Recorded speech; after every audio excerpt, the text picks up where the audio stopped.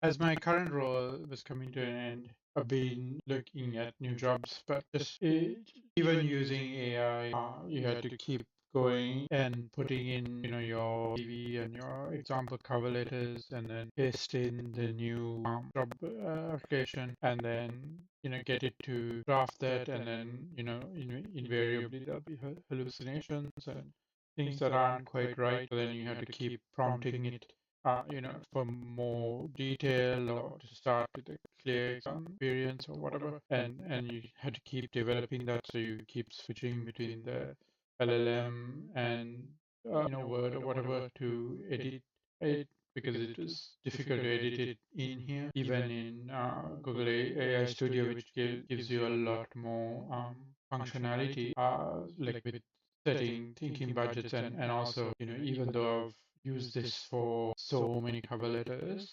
it's only costs $3 right for, I don't know, like 3 cover letters before I change the process, so it's not expensive at all. But it's just time consuming and annoying. So Google AI Studio has a thing called apps, and in that I built this. It's now called JobCrafter, but we'll talk about that later. But let's just load that.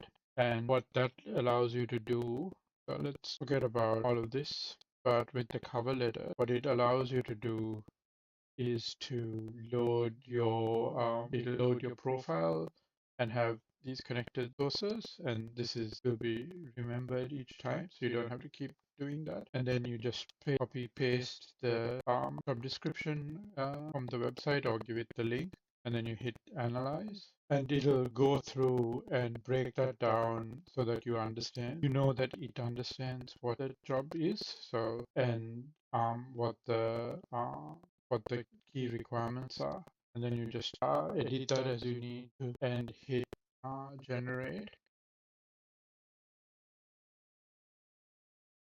and it doesn't take long. What that does is creates a draft cover letter, and the way it's done now is, let's say you didn't like this example, you can highlight it and then go up, sorry, go here and say change this to single experience and click refine. And you can see at the moment it's talking about project at with New South Wales planning. But if you give that a second, it'll update that. And now it's talking about my mangoes mapping experience instead. And you can also edit it. And so, if you don't like how a certain small section was made, or you want to change something, you can change it in there itself. And then once you've done that, you can print it to a PDF, or if you need to email it directly, it can create a little template. So let's say you just want it to set up that email, and you just click that and it'll set up that email for you, and then you can copy that into your email app or open it in your default email as well. So while this project mostly started with just trying to get cover letters done a bit quicker and really quicker and more truthful, it's gone from Cover Crafter to Job Hunt Crafter in final. And so this is still within AI Studio. So I prepare that. But anyway, you can now create like a campaign. So every new job that you would apply for would be a new campaign. You put in company name and the job description. Then once you do your application, so the first stage is you're just drafting it, and you submitted it, and hopefully you call for an interview. So do that, and then if you had multiple, you can see them. You can also see what you've done at that point.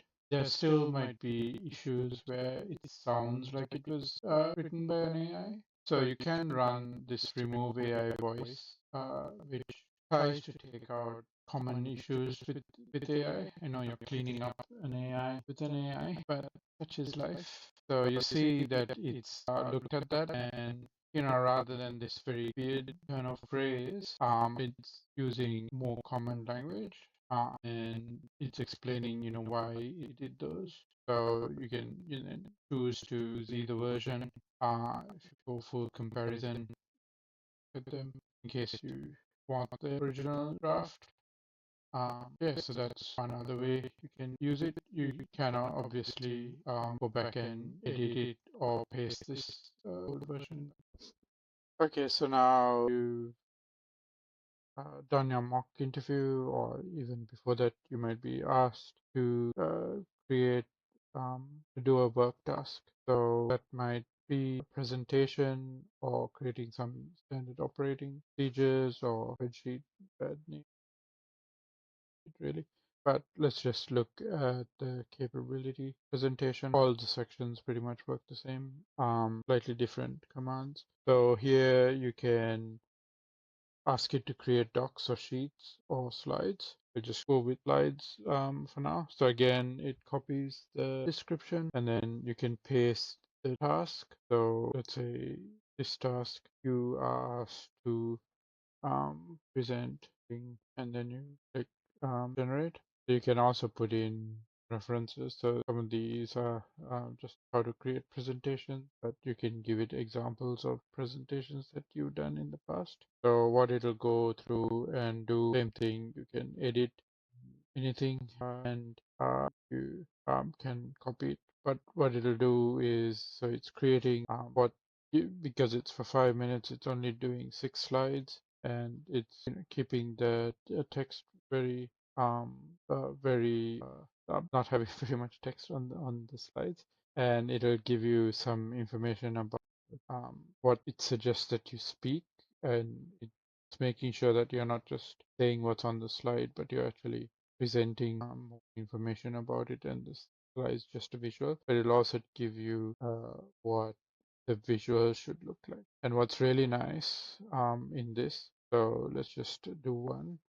So let's take this one for example. And so it's telling you, what it would present there. So if you go copy outline and you open up Google Slides, while that's generating, you can see that you can refine anything like you did earlier. It's also giving you suggestions for creating like a video using AI, or an interface mockup, or a slide or report cover, and giving you other information. So if you go back to the presentation and click on that, you can see it's built what was in that slide idea and built a fake map and what that screen could look like.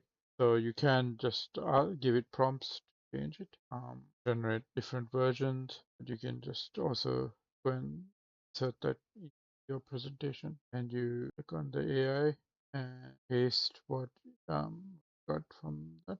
It says, this slide, and what you can only do one slide at a time. I'd go remove the rest of the text because you can only do one slide at a time, and run. So it'll go through and based on your information create a slide. So okay, so we've gone through the cover letter. So the next important thing is the interview. Is the interview. So you can, when you open that, it automatically brings in the job description, but you can add more information to that. And also sometimes they'll send you questions, and might be half an hour before the interview, or hopefully a few days before, but you just paste those in and then you hit compile, and that then brings you to this mock area. So it tries to firstly align your experience with the job. So then the next thing is it'll bring up all those questions, and then it'll suggest what answers should be. So similar to the cover letter, you can either tell it to change the whole answer. So rather than, so here it's talking about my TRC experience, but if I just say use SBTF example and refine, you should see that answer now changes to my experience with the standby task force. You can read that. You change this challenge a little bit. You can highlight it and then get the AI to refine that. You can also click edit and then change those directly, so that in point form or something that you want to rewrite that. The other thing you can do is you can actually record. So let's say I was saying something about this application by talking properly, and should talk about my emergency experience, and then click stop, and it'll bring up the text of what you said, and you can go evaluate answer, and you should get like a 1 out of 10 out of 0. I don't think it does a 0 out of 10. Let's see, it's junk, and it's telling you should have used the principle, and then it gives you some coaching tips. So there's some interface things I need to change, fill those fonts, but if you hit edit, you can see what it was actually saying, which is like what you should have, what I should have answered it as. And then once you finish practicing that, you can hit save badge, and then you can see here that it'll say that it's practiced. You go on to the next one. Say that it's practiced. You go on to the next one. So the other section of this is the panel study. So if you know who your panel is going to be, you can help you to better align what you're going to say to them.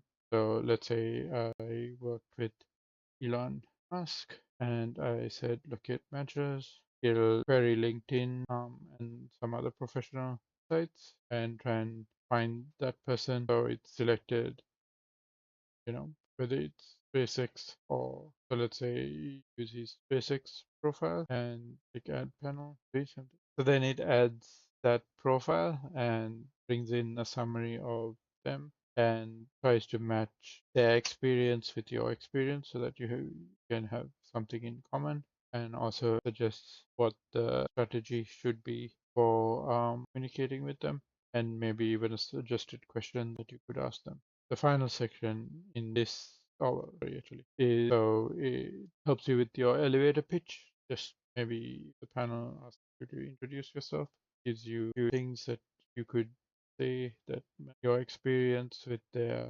background as well, just so that you can better, and then needs a edit section as well, and then there's a AI summary to help you tell them how you use AI in some of your work. Get into this more in detail later.